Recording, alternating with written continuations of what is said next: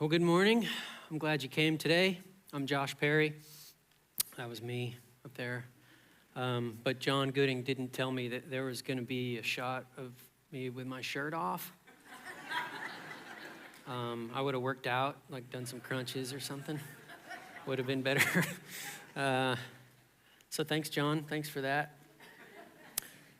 John Gooding and I went to Vanuatu for 3 weeks in December while everyone else was gearing up for Christmas and the Bing Crosby was playing and Jingle Bells and all that kind of thing. We were in a tropical jungle, and it was pretty wild. That was an amazing 3 weeks. I'm going to talk about that today, talk about what we were teaching, and talk about something that I learned that I didn't really expect to unfold the way it did.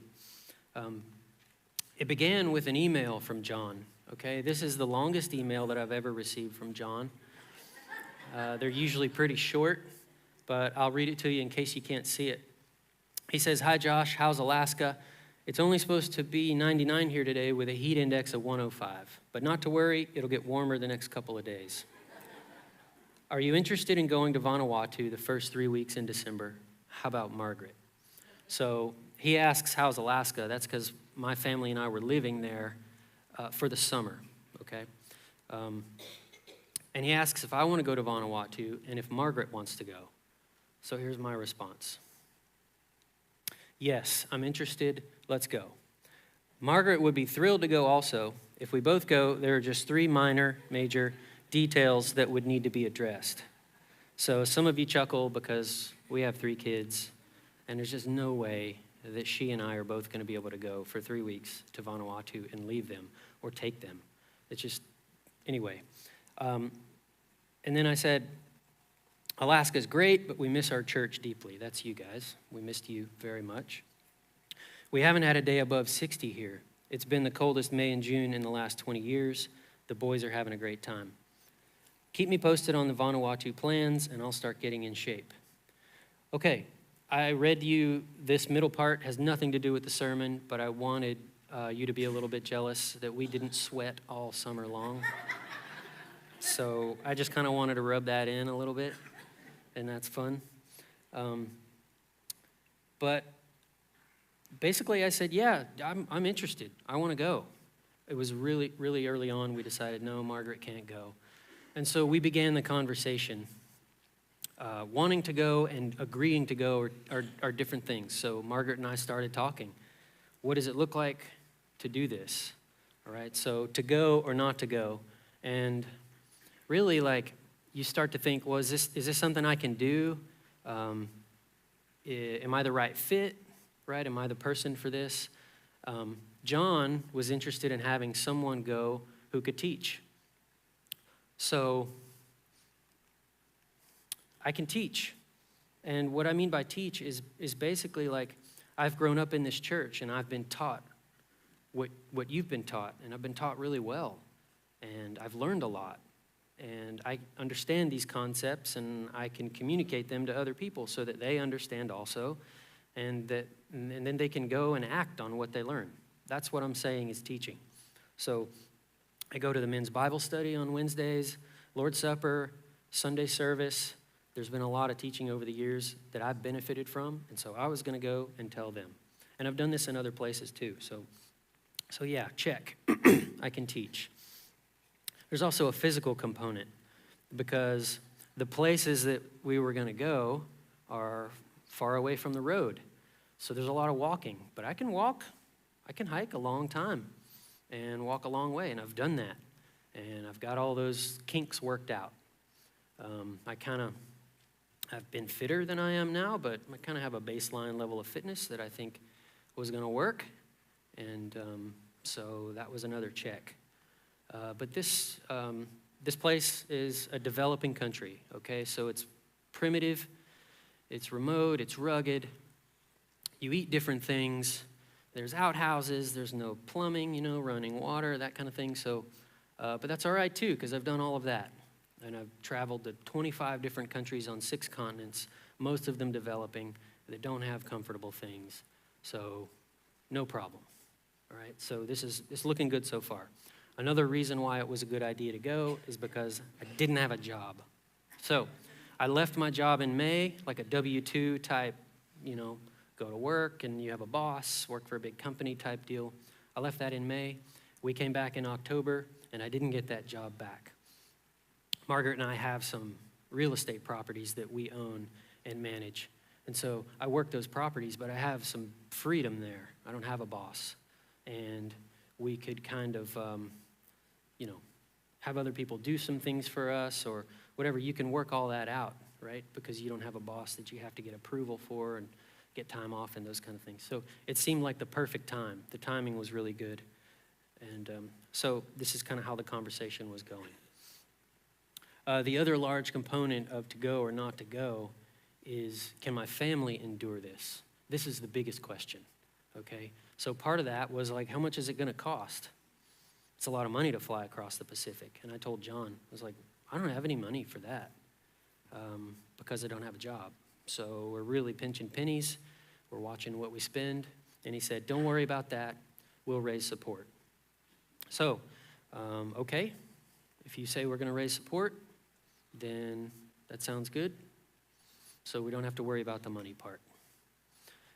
There's also 3 weeks of missed income opportunity. So these properties that I mentioned, we're thinking, we have some vacancies. And when places are empty, then you're kind of losing money because they could be full and you could be making money. And 3 weeks is a lot of time to get a lot of work done, to get a place fixed up. So this is something else that we're considering. But the biggest part is, will the boys be okay? And will Margaret be okay? Okay, that's the biggest part. There's Margaret, and Asher is 7, Asa is 5, and Zeke is 3. And they're great, great boys, but they're really hard for us. So what's that going to be like? I've never been gone for more than 5 days because 5 days has seemed to be the threshold for like, oh, that was a nice getaway, to like, why were you gone so long? Don't do that again. The 5 days has been the cutoff. And if Margaret leaves for like more than 2 or 3, it's terrible. It's not good. So 3 weeks is forever. 3 weeks is a really long time. So here we are trying to understand, what is the toll going to be? What price are we going to have to pay? Like, what are we willing to give up here, and is it worth it? Right? What are we going to get out of it? Right? You see the cost and the benefit conversation is happening. So we decided, yeah, Josh is going to go. We're going to go for 3 weeks. Me and John. Margaret stayed. This is Vanuatu, and it doesn't even get a label unless you zoom in a little farther. But I wanted you to see where in the world it was. The little red arrow, that's me, obviously, that put that on there. But it's a tiny island in the South Pacific Ocean, like 1,000 miles from Australia. There's nothing very close around it. This is a zoomed-in view of where we were on the largest island in Vanuatu. There's a bunch of different islands. So I kind of get nerdy when it comes to like tracking hikes and runs and things like that, and I have a fancy watch that tracks all this stuff, so it's kind of neat. But don't get caught up in all these little icons. I just couldn't find a way to get rid of them. We started in this town called Luganville, and you can take a truck all the way up to here to where the blue line starts, and then you have to get out of the truck and you have to walk this way, right, up to the furthest village. And this is the 18-mile span, is this right here. And then, so there's 3 villages along here, and then from Luganville south along the coast, you can access 2 more villages. So we went to 2 more villages there. But that just kind of gives you an idea of what we did. So how was the trip? Okay, so it's best to talk about this and separate it into how was it for me and how was it for Margaret and the kids. For me, listen, this was awesome. This was so cool. I had a great time. Like, this is talking about the physical, like the terrain and the scenery was unbelievable. It was so beautiful. And it wasn't that hard for me. I mean, there were times when I'm just like, are we going to pick it up a bit? Like, because I'm not going to get a workout if we don't get above like 120 BPM, like what's going on? I know it's good to go slow. We're pacing ourselves. That's fine. There was one uphill section where I was like, all right, I'm going to go. Like, I'm going to pass people. And I start passing people, and that was fun and everything. So I have all the gear worked out. Like, I've done trips in the past, and I know what shoes to wear and what socks, and everything that I took was perfect. Like, it was all dialed in, and I was having a great time, and I was just hiking through these places like, I can't believe I'm here right now. Who gets to come here? There were no other foreigners around. So in that sense, it went outstanding. So there's also the spiritual element. The teaching went really, really well. The material we came to talk about, we had planned, we had studied, we delivered it. It was translated really well. They understood. They asked questions, the right questions, and they gave great feedback. So the teaching was awesome. Also, it was good for me. I read my Bible more than I normally do. I prayed a lot more than I normally do. And so spiritually for me, I grew a lot during those 3 weeks. And it makes sense because I'm there to do like one thing, and there's not a lot of distractions. And so, that's what we would expect. So really, the struggle was knowing that my family was back home, and how are they doing? And if I was thinking, oh, are they struggling? Are they having a hard time? It made it more difficult for me to do what I needed to do there. I put here like a snip of a text exchange between Margaret and I carried a satellite communicator with me that makes it possible to text wherever you are in the world. Don't need cell service, don't need that infrastructure. Anywhere in the world you can text. And so I had this, and so I was able to communicate with Margaret, which is a game changer. Cindy Gooding, man, I scored so many points with her because I had that thing there. She was able to talk to John. She's like my best friend now. So I'm going to read this. Maybe you've already gone through it, but I put this in here because it really sums up well kind of what's on Margaret's mind and what's on my mind and what's happening as the days go on. So I'm in the orange, and I said, run a tight ship there, disciplined, fast, and strong. Be powerful and authoritative. Make them do push-ups and sit-ups for punishment. So this is me in frustration, right? Like she was probably telling me, oh, I'm having a hard time. And it frustrates me, and it even makes me mad sometimes when people give my wife a hard time, when they make her life harder, even if it's my kids. I don't like that. And so I react, and I'm just like, dude, crack the whip, because that's what I do. She has a different style, and we balance each other out, but I'm just like, give it to him, like, I'm not there to do it, so like, tell him, be like, Dad told me, do this, whatever. So, I don't know, she's saying, wow, that's amazing. It's not in response to the push-up punishment thing. I think it's something up above. I don't know what that was. But she says, proud of me, proud of you. She calls me babe. Yes, trying to run a tight ship. Zeke is having the hardest time. So I said, be consistent. These people, okay, so, right? I don't have so many characters to use because they limit you there. So that's why we're doing fragments here. But I said, these people are so grateful for salvation discipleship teaching. They love when we tell them about having great reward in the kingdom. So there's like, we're talking about discipline, and we're talking about how the trip is going.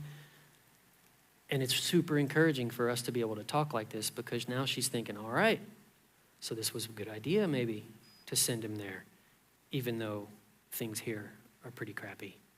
Like he's doing good stuff, and they're embracing this, and this makes her happy, right? This is good. She says, it's such a joy to teach when people are excited to learn. I guess they already shared the gospel with surrounding villages. The answer to that was yes. Lucas Kitchen and John Gooding went the previous February. They went to one village, and then after they left, word spread, and then we wanted to go to more villages because more villages wanted to have us come to teach what the other village had already been taught. So word spread. That was cool. That's what she means. Yes, I agree about consistency. And then just me just giving like little, oh yeah, we did 10 miles today through the river, feel great, new village tonight. But this is important. Miss you so much, miss my boys, going great here, but ready to be home. So this was a couple of weeks in, and it's just like, okay, more potatoes. Like we're gonna eat some potatoes again. And I'm just tired of bananas and potatoes.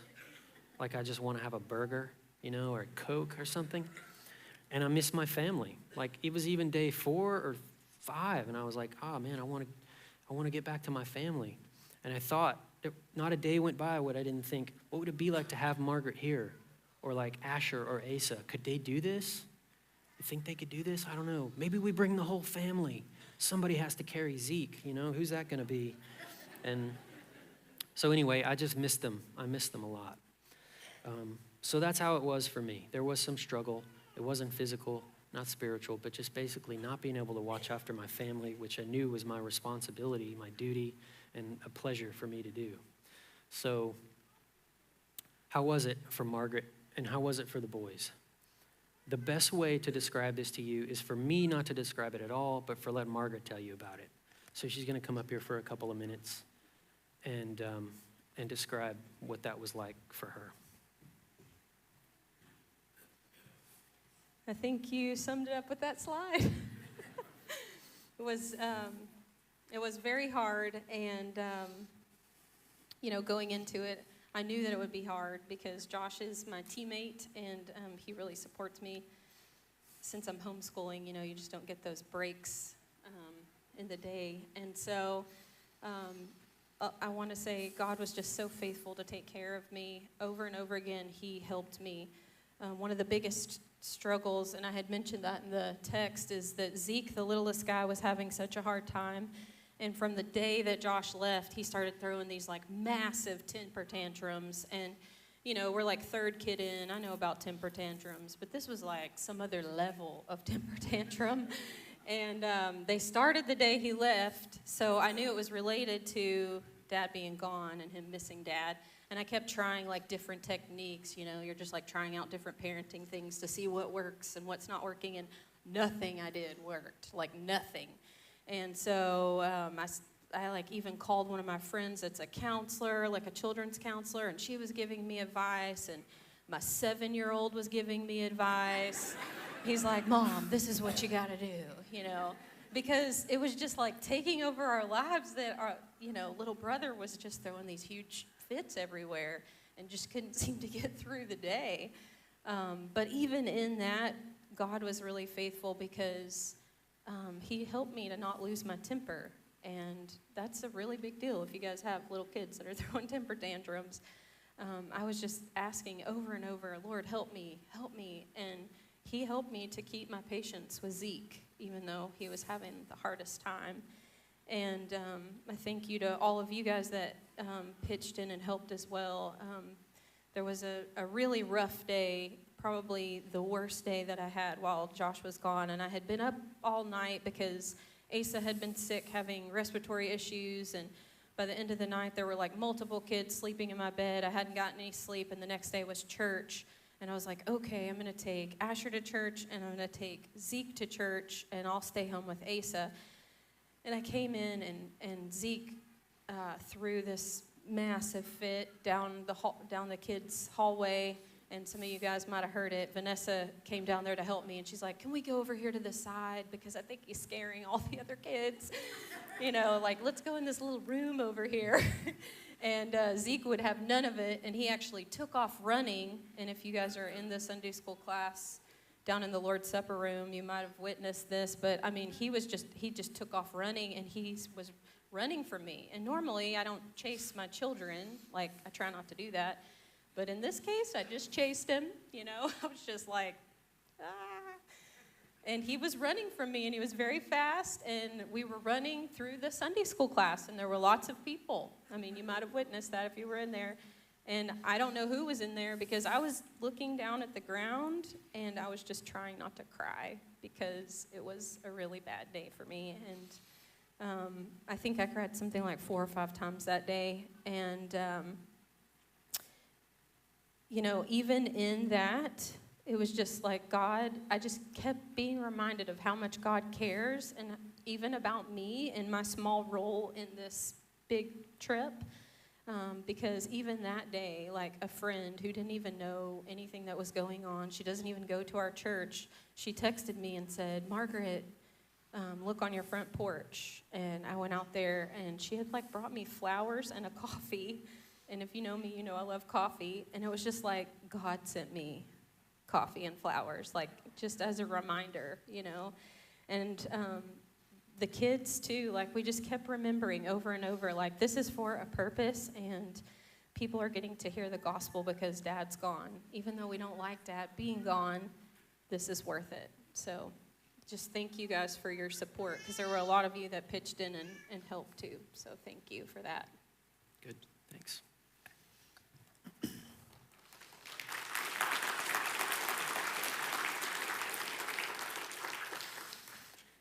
What did we teach there?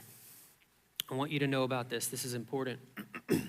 First, no matter where we went and whether we thought they had heard it or not, we taught them how to receive everlasting life from John 3:16. We drew the John 3:16 diagram, okay? John taught on parables, and he had chosen some parables. These were mainly things that they had asked us to teach about. And he would also illustrate the parables. He's an artist, and so he's really talented that way, and he would draw, pictures of things from the parables, and they really liked that. They loved it, in fact. Doug is the other guy that you saw in the video that you may not have recognized. He's been going there off and on for 10 years, and he's grown really close to these people, and he has a good relationship with them.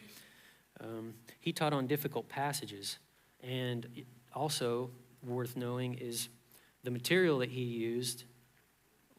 He got that material from watching sermon videos from this church. So he watched sermon series, made notes, and then taught that there. He watches every week. He goes to a church in the Northeast. He doesn't live here. I taught on the distinction between salvation and discipleship.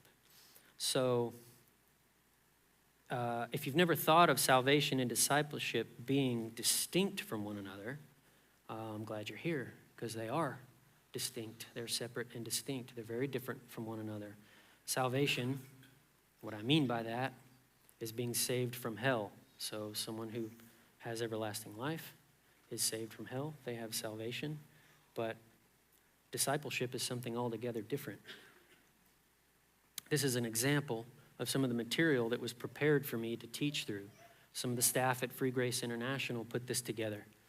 Okay, so there's a lot of verses in the Bible that teach us about this distinction between salvation and discipleship.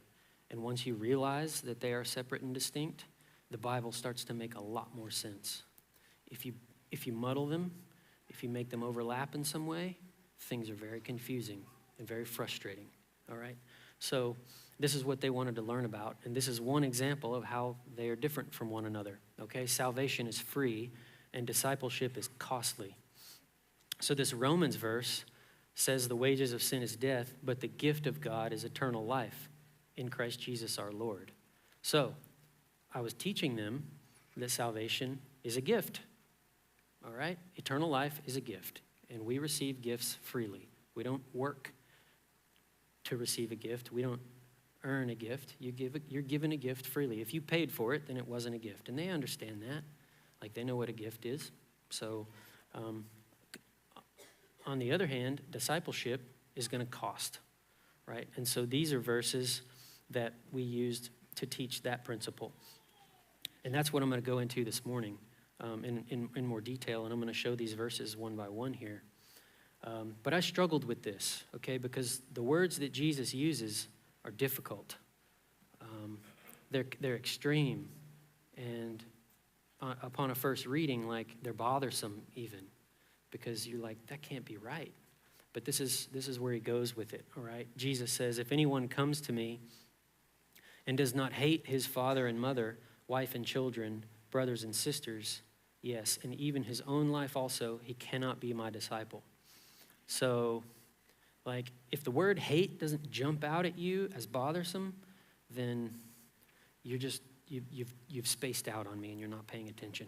But hate should bother you, because there are plenty of times in Scripture where Jesus says what we need to love these very same people, right? So it is the case, I'm telling you that it is the case that it can't possibly mean to literally hate these people. If I want to be Jesus' disciple, he can't possibly mean that I need to hate my wife or hate my children. So it's got to mean something else, right? But trying to explain this through an interpreter, when even me, I'm like not quite sure what to make of it, was really tough, all right, and uncomfortable. It wasn't hard to demonstrate from these verses that discipleship is costly, right? That's pretty obvious. But then when you drill down into these words, if they start asking questions, it's like, well, what am I supposed to do? Hate my wife? Well, no. Oh, but that's what it says. So, right, it's hard. So we're going to keep going through it, right? And as we get to the last verse, I have a way of making sense of this now. Let's look at this, the next verse. Listen, he gives us two scenarios next, okay? I'll read them to you. He gives these scenarios to us to help explain what he just said. It says, for which of you intending to build a tower does not sit down first and count the cost, whether he has enough to finish it? Lest after he has laid the foundation and is not able to finish, all who see it begin to mock him, saying, this man began to build and was not able to finish. Okay, so it's not super obvious how this is related to the first verse. But what we do see here is a guy that's going to start a project, and Jesus is saying it's a wise thing to do to make sure you can finish this project before you begin. So sit down, count the cost, evaluate the toll that this is going to take on you, so that maybe you don't even start. Here's the next scenario. Or what king going to make war against another king does not sit down first and consider whether he is able with 10,000 to meet him who comes against him with 20,000? Or else, while the other is still a great way off, he sends a delegation and asks conditions of peace. So the king is wanting to go to battle, but is it going to be worth it? Like, is this something he thinks he can win, or does he need to make other plans? So in both cases, they're really thinking through, like they're playing this out, right? What are the hypotheticals? What's the worst that can happen, right? That's a discussion that's worth having. And Jesus wants us to count the cost. And it's not crystal clear to me why, even now. But I think I know why. So, and at this point, it occurred to me, after 2 or 3 times teaching through this passage and still being uncomfortable with not fully understanding it, it occurred to me that, okay, well, this is what Margaret and I did. Before we agreed to do this, we sat down and we evaluated what the losses were going to be. Like, what are all the reasons we shouldn't do this? What are the reasons we should do it? What would be the losses and what would be the gains? What will be the discipleship gains? And will the discipleship gains outweigh the losses? So this is the conversation that the builder has to have and that the king has to have and that Jesus says that we need to have if we want to be disciples. We didn't know it at the time, but we did. Before we decided, like, this is going to be worth it, right? This is a great opportunity. But I didn't know when I was teaching through this that I had done that. And so about halfway through, I started using myself as an example, and it really helped those people. This is how Jesus sums it up. So likewise, whoever of you does not forsake all that he has cannot be my disciple. Again, like some extreme language when he says all that he has, right? That's kind of hard to take in. So look at this word forsake, because that's important. And I think that's the clincher for me. Think of the word hate that he used earlier, but think of the word hate in terms of the word forsake. Okay? Don't think of hate in the literal sense. Think of it within a framework of forsake. So I forsook my family, right? I didn't hate my family or my wife. I did forsake them for a time. I forsook my responsibilities. And it's good to take note of I think what we will be forsaking when we choose to be disciples. One of the things I forsook was an opportunity to make money. So I mentioned the properties that we have. We actually have properties with partners, right? So I have responsibilities to do my part of what we've agreed that I would be doing.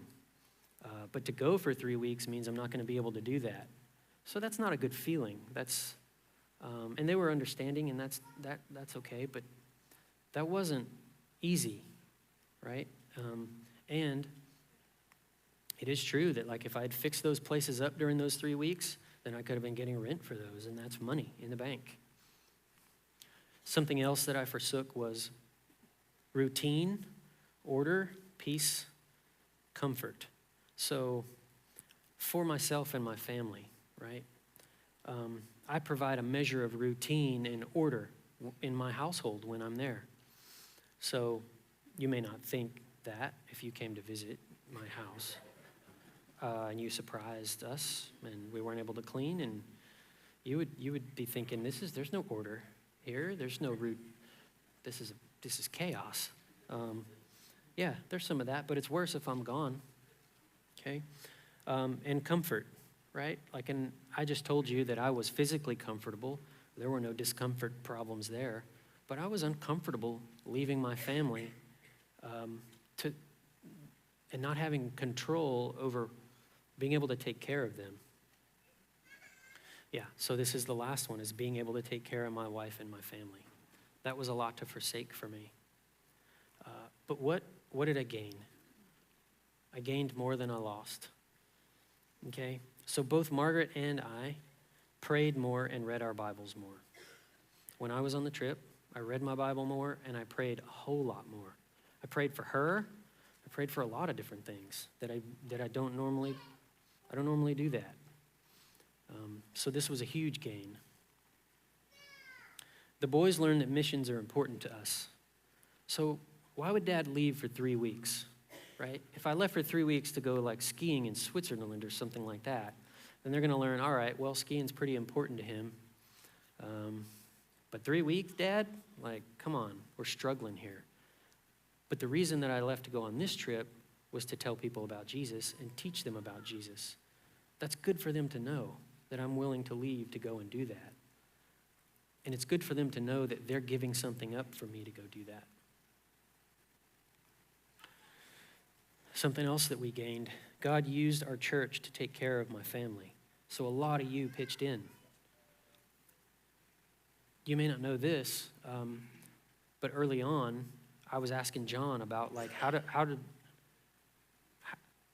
it's one thing to raise support, but what about my kids? Like we have to arrange something for them. And he's like, yeah, we're going to raise money for childcare for your kids too. So $500 went to childcare for my kids, and we paid someone all of that money over that 3 weeks to come on a regular schedule so that Margaret could go grocery shopping. You don't take 3 kids grocery shopping to the store. It's terrible. It's bad. We went to Walmart last night and it was hard, right? And we were there like 20 minutes. So the childcare went a long way, but you guys gave the money for that. Not only that, but prayer is more important than the money. A lot of you prayed. Overall, one of the biggest gain is reward in the kingdom for all involved. So we don't get to see that now, but we get to see that later. And if you prayed or you gave money, you're going to be rewarded in the kingdom. I know that Margaret will be rewarded in the kingdom, and I know that I will be rewarded in the kingdom. So will my boys. So those are huge gains. Probably nobody in here is planning on a trip to Vanuatu, or maybe you want to go, and maybe you're thinking about it right now. I would like to go back, but there's got to be some examples that are more relatable. So I made a list of those because, we need to be able to walk away with this and use it. So The easiest example is reading the Bible in prayer, right? That's the low-hanging fruit. When you read the Bible, you're forsaking something else you could be doing. If you're like me, it's sleeping. It's super hard for me to get up in the morning and read my Bible. I would be forsaking that sleep if I were to get up and read a Bible in the morning. Prayer, there's other things you can be doing with your time. Okay, you definitely there is a cost to you if you're going to read your Bible and pray. Another example is inviting people to church or talking about Jesus. That's uncomfortable sometimes. Some people are better at it than others, but whoever you share with is going to think certain things about you. Who knows, maybe it's good or bad, but you're going to have to forsake, your comfort, your nerves maybe. So that's a good example too. Giving money, there's a cost there, right? A monetary cost. You're giving up that money. There's a lot of different things you could buy. It's even a higher cost if you need that money to keep the lights on or something like that. Serving at the church is one good example too. There are over 250 volunteers here at this church. They give time every week to make all of this happen. So there's a big sacrifice there. You're giving up your time there. You're forsaking your time. These are getting, this one might get uncomfortable. And you know what? I had some examples in here that would make us squirm, right? Super awkward. But I was discouraged from adding those in here because maybe some of you are here for the first time and you wouldn't be back probably if I put those up and I was like, I got to do it. Come on. But save that for the small groups. Go to your small groups and make each other uncomfortable, okay? Make it awkward. And I put some questions in there to give you a great opportunity to make it awkward, okay? But look at this. Faithful attendance even when you don't like something about church. The screen is too bright. I can't go sit in there. The music is too loud. I can't do that. It just hurts my ears. Bob's shoes are ugly, right? Maybe you don't like Bob's shoes and you just can't stand to stare at Bob's shoes. Your delicate fashion sensibilities, forsake those and come and listen to Bob, okay? So that's an example too. What if you just don't agree with, what if you have a conflict with someone on the stage? What if you don't like me, right? I mean, that's possible. Maybe I need to apologize to you for something that I did or didn't do at some point. But what I'm saying is you could have a conflict with someone who's up here on the stage, and it's hard for you to come and even look at them, let alone try to get something from the lesson or get something from the worship. So those are things that you can forsake in order to be a disciple. All these are little things, right? This isn't some huge once in a lifetime decision that you make at an early age. I'm going to follow Christ. Like maybe that can happen, but all this is little stuff that happens daily, even multiple times in a day. And in the aggregate, they form to make a habit, a life of discipleship, okay? So we're making these decisions all the time. This one's hard too, doing all or some of the above when your family member might not like it.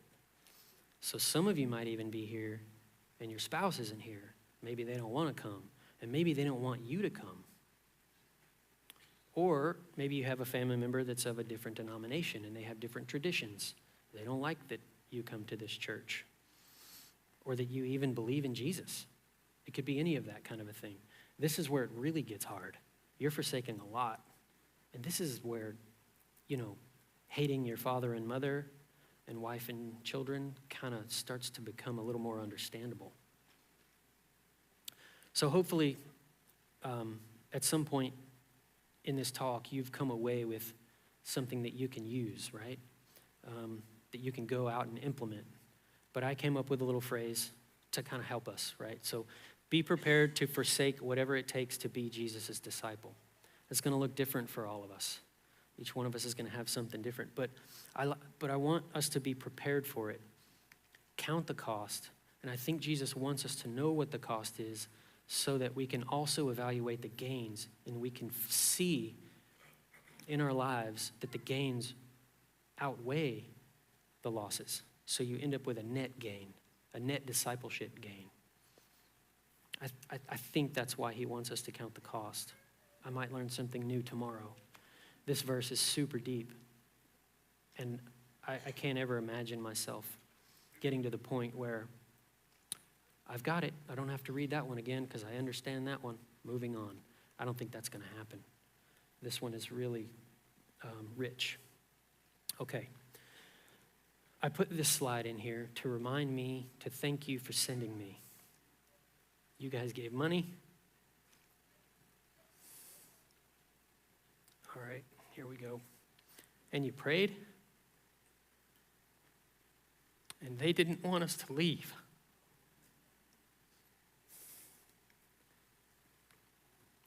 And I didn't want to leave.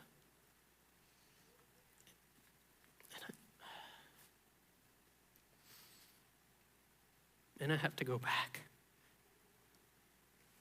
So you got to send me back.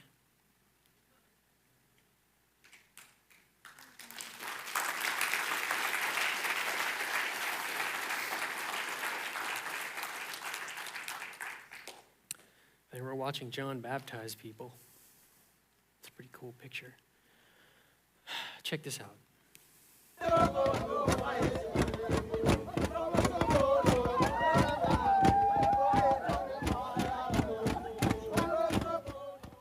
So that's short, but we can explain that on February 11th. John and I are going to be here after church in that room, wherever that room is, the room where this is going to happen. You'll find it. Just ask somebody. They'll know where it is. We're going to talk about the trip in more detail, okay? And you'll be able to ask questions, so that'll be cool. And it'll be an hour long. You'll be done by 1 o'clock. We're going to kill it at 1 o'clock. You don't have to stay forever. If you want to stay longer, you can. So hopefully you guys show up for that, and we can talk more about it, and maybe future trips too. Next week, Bob is going to start a 2-week series on love and marriage in the Song of Solomon. I don't know if you've ever looked into the Song of Solomon, but there are some things that are borderline inappropriate for church. You're going to want to show up for that, okay? Just don't look at Bob's shoes. Okay, that's all for today. I'm going to pray and then we can be dismissed.